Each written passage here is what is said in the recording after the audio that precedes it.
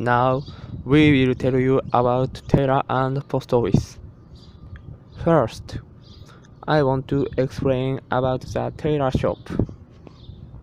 These facilities were built in 1870 in Wellesley, Waterloo County. The Tailor shop is a clothes shop. This shop sold menswear mainly. The menswear at the time consisted of vests, jackets, and underwears. This shop has a tool such as many irons or sewing machines to make men's clothes. As an example, I want to explain some irons. Because the iron is 100 years old, it looks slightly primitive. As you can see, the store is put in the iron. By putting a hot stone in this, the iron can function. In addition, the photograph of the back irons become considerably heavy. It can stretch out the length of clothes by using this weight. This shop began not only the menswear but also the customer service afterwards.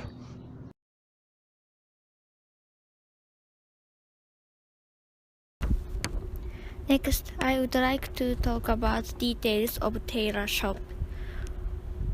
When the Tailor shop was built for a little later, in addition to sell clothing, Tailor shop started to do dressmaking and cleaning.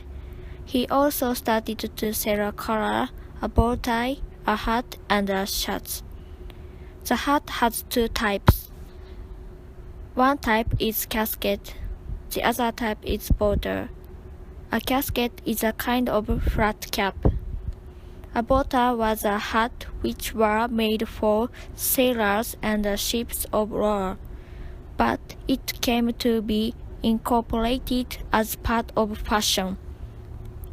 Next, I'm going to talk about a collar and a shirt. In 1914, general shirts didn't separate from color such as current.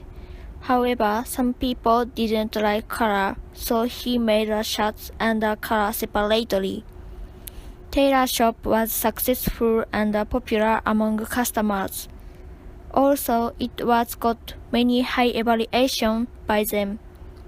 Then people could start to buy clothes from the catalog by sending money to company.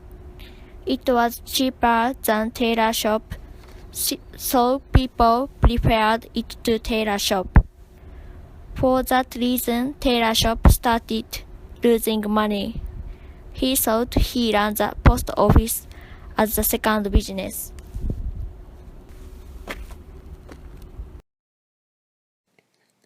The Post Office. The Post Office opened in 1914. The Tailor owners choose Post Office because they will have salary every month from the government. This salary can help them in addition to the financial return from the tailor shop. The Post Office has two sections, and they are separated by a door. First one, the reception of the post office. That is where people send and receive their letters and packages. Second one, the storage section, is where the post officer does all processes from collect and stamp mails until deliver them. People are not allowed in this section in order to keep the mail private. Moreover, there is a cost for each time to send mail.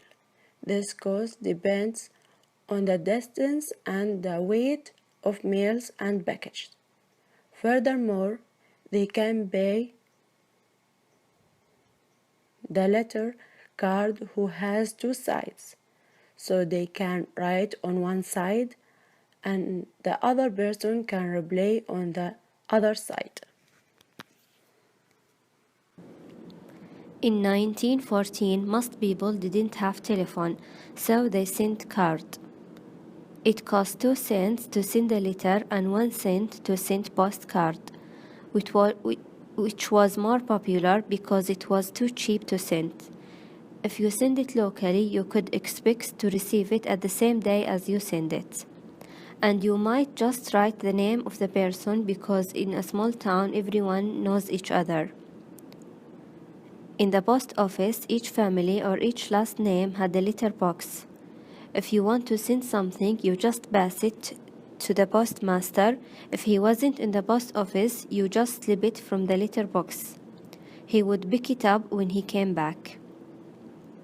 The postmaster used balance to weight the letter. Then he stamped the letter. The stamps were independent in how heavy the thing that the person would send.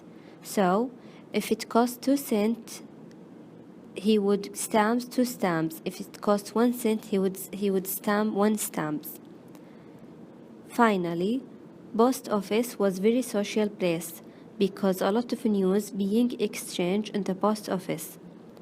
For example, if someone getting married, you would find about it in the public board in the post office.